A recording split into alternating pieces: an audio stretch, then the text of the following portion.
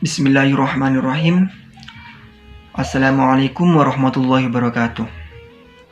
Alhamdulillahirabbil alamin. Alhamdulillahilladzi arsala rasulahu bil huda wa dinil haqqi liyudhhirahu 'alad dini kullihi walau karihal musyrikun. Asyhadu an la ilaha illallah wahdahu la syarikalah wa asyhadu anna Muhammadan abduhu wa rasuluhu. Allahumma shalli ala Muhammad wa ala alihi wa sahbihi wa man tabi'ahum bi ihsan ila yaumiddin. Amma ba'du. Perkenalkan, nama saya Muhammad Alfan Firdansyah, mahasiswa Universitas Islam Negeri Kyai Haji Ahmad Siddiq Jember, Fakultas Usuluddin Adab dan Humaniora, jurusan Bahasa dan Sastra Arab. Nah, di sini saya membuat video ini untuk memenuhi tugas ujian akhir semester mata kuliah studi Al-Quran Tafsir yang diampu oleh Ibu Ibana. Nah, alhamdulillah pada kesempatan kali ini saya akan menjelaskan definisi tentang sholat dan beberapa ayat mengenai sholat beserta tafsirannya, seperti itu. Nah, sebelum kita masuk ke pembahasan ayat-ayat Al-Quran dan tafsirannya mengenai sholat, kita terlebih dahulu harus mengetahui apa definisi sholat, bagaimana sholat itu, seperti itu. Nah, dijelaskan ya dalam kitab Fathul Qorib pada bab sholat halaman 11, bunyinya begini: as-sholatu wa hiya lugatan ad-du'a'u wa syar'an kama qala ar-rafi'i aqwalun wa af'alun muftatahatun bit takbir wa muhtatamatun bit taslimi bi syara'atu makhsusatan. Nah, maksudnya bagaimana? Sholat itu dalam segi bahasa itu berarti ad-du'a'u, itu berarti doa, seperti itu. Nah, dalam segi istilah, dalam segi syarat, kama qala ar-rafi'i, seperti apa yang dikatakan oleh Imam Rafi'i, aqwalun wa af'alun, yaitu berupa ucapan-ucapan dan berupa perbuatan-perbuatan, seperti itu. Bisyara itu mahsusotan. Nah, dengan syarat-syarat yang khusus, seperti itu. Nah, lalu apa syarat-syarat khususnya sholat? Karena kan tadi disebutkan bahwa bisyara itu maksusotan, dengan syarat-syarat yang khusus, seperti itu.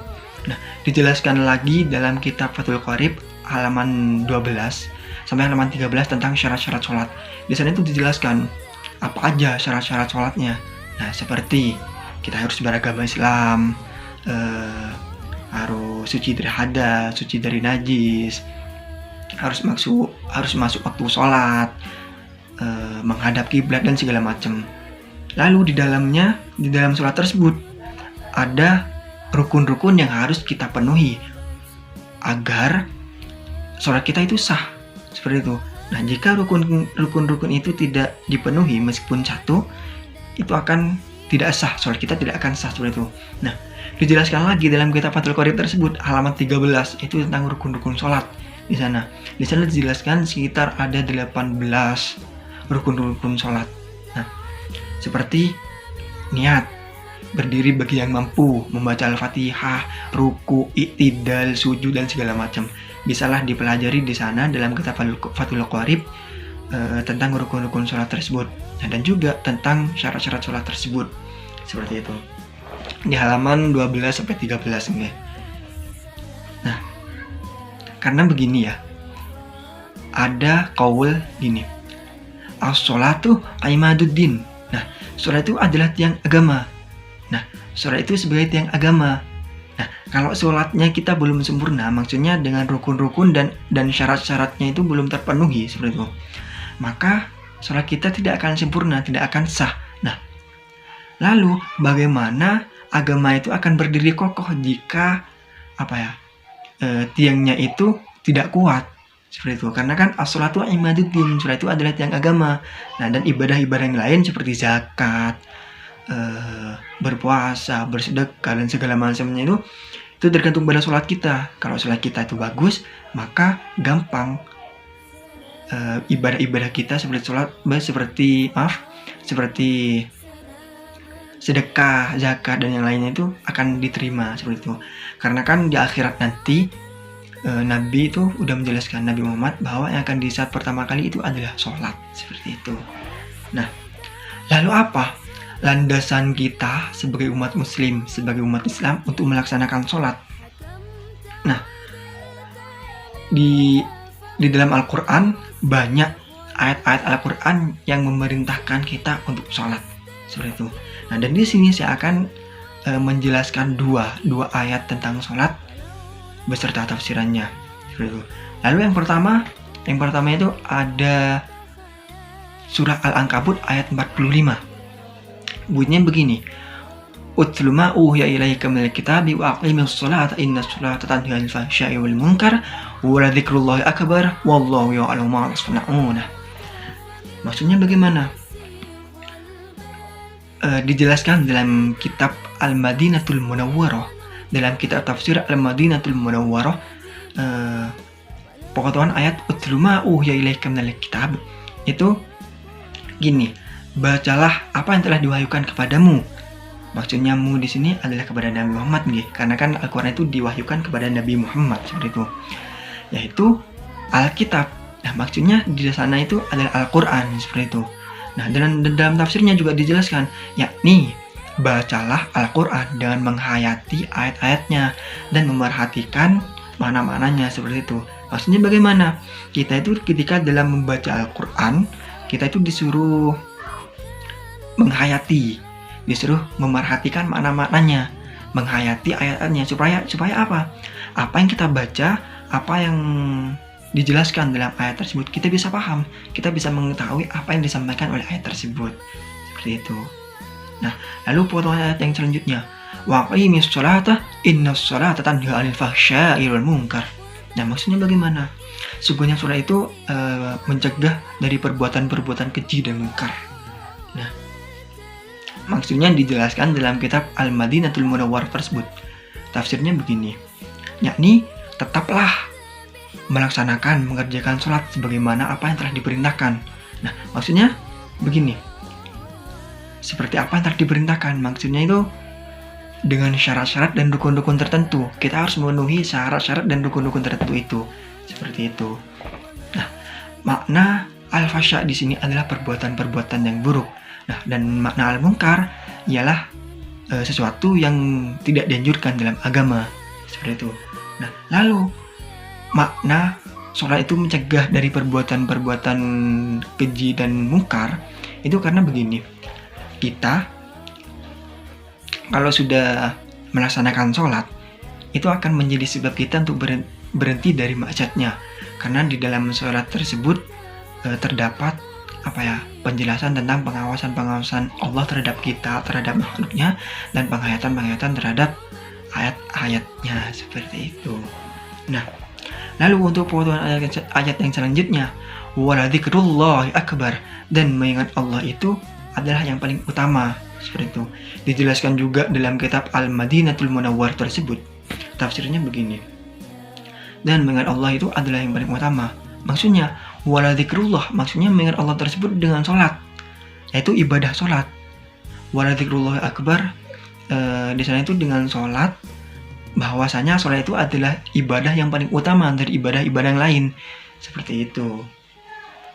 Nah, lalu potongan ayat yang selanjutnya, wallahu ya'lamu ma tasna'un, dan Allah itu mengetahui apa yang kamu kerjakan, seperti itu. Nah, dijelaskan dalam kitab tafsir Al-Madinatul Munawwarah tersebut bahwa Allah itu akan membalas perbuatan makhluknya dengan apa yang diperbuatnya.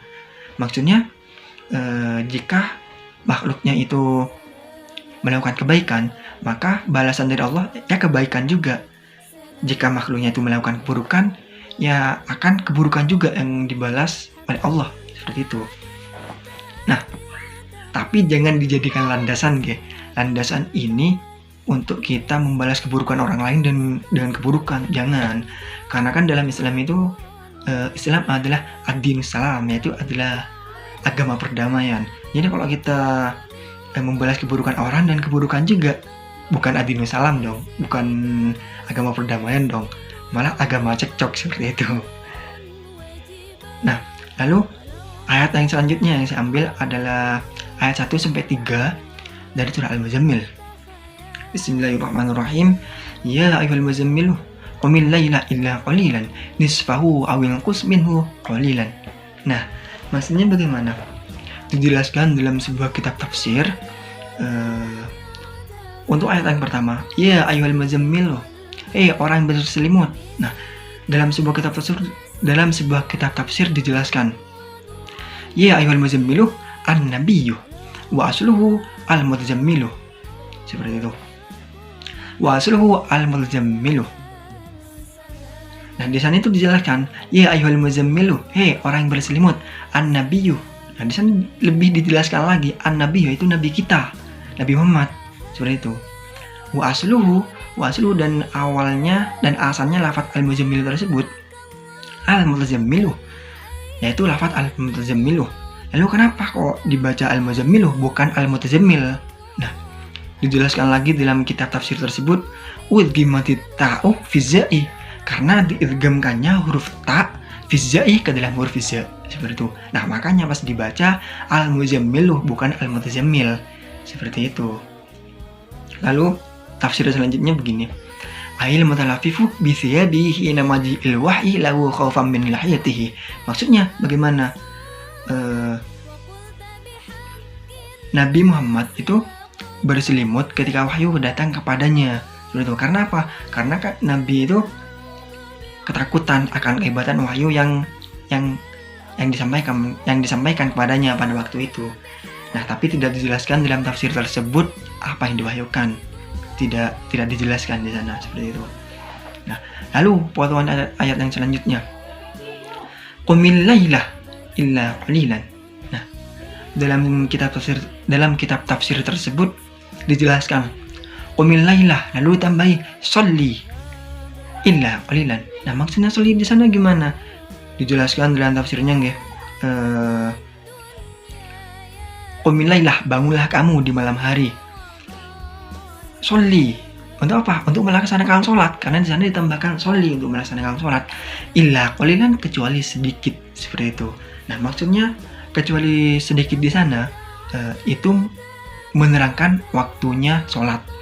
Meskipun sebentar lah kita melaksanakan sholat, seperti itu. Meskipun tidak terlalu lama kayak sholat-sholat yang lain, yang penting kita sholat, seperti itu. Nah, lalu potongan ayat yang selanjutnya, ayat yang ketiga dari surah Al-Muzammil, yaitu nisfahu awil qus minhu illa qalilan. Nah, maksudnya bagaimana? Nisfahu dijelaskan dalam kitab tafsirnya, nisfahu badalun min qalilan. Maksudnya itu nisfahu badalun min qalilan itu adalah lafaz nisfahu adalah menjadi badal, menjadi pengganti dari lafaz qalilan. Seperti itu. Kenapa kok menjadi badal dari lafaz qalilan?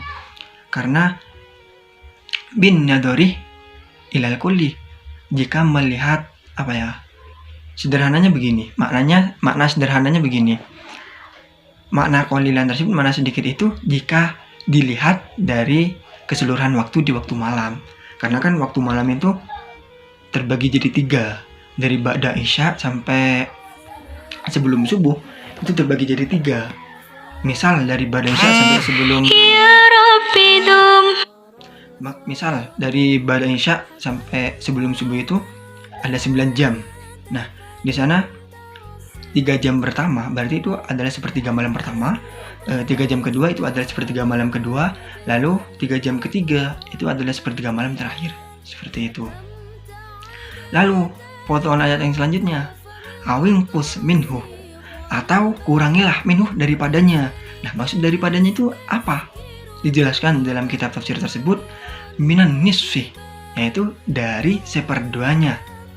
Maksud dari seperduanya ini menurut sepemahaman saya, meskipun kita tidak melakukan sholat itu tidak lama, seperti itu. Maksudnya di sepertiga malam yang antara 3 itu, seperti itu, meskipun tidak dalam seperduanya, seperti itu.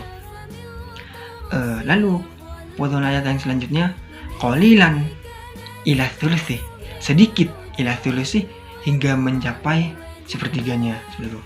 Nah, menurut sepemahaman saya di sana itu qalilan ila thuluthi, yaitu sedikit hingga mencapai sepertiganya. Maksudnya ya seperti itu tadi, kita melaksanakan sholat meskipun tidak lama, seperti itu. ila thuluthi hingga mencapai sepertiganya, sedikitlah untuk mengingat Allah, seperti itu. Nah, mungkin sekian dari saya. Mohon maaf jika ada kesalahan dalam segi pengharokatan, penafsiran, pembacaan, dan segala macam lah. Atas kelebihan dan kekurangannya, semuanya lah pokok. Saya mohon maaf yang sebesar-besarnya, karena manusia itu kan al-insanu makhlul khoto'i wan nisyan, tempatnya salah dan dosa. Jadi mohon dimaklumi jika saya salah dalam segi penjelasan, penafsiran, mengharokati, semuanya lah. Mungkin sekian dari saya. Ihdinas siratal mustaqim. Assalamualaikum warahmatullahi wabarakatuh.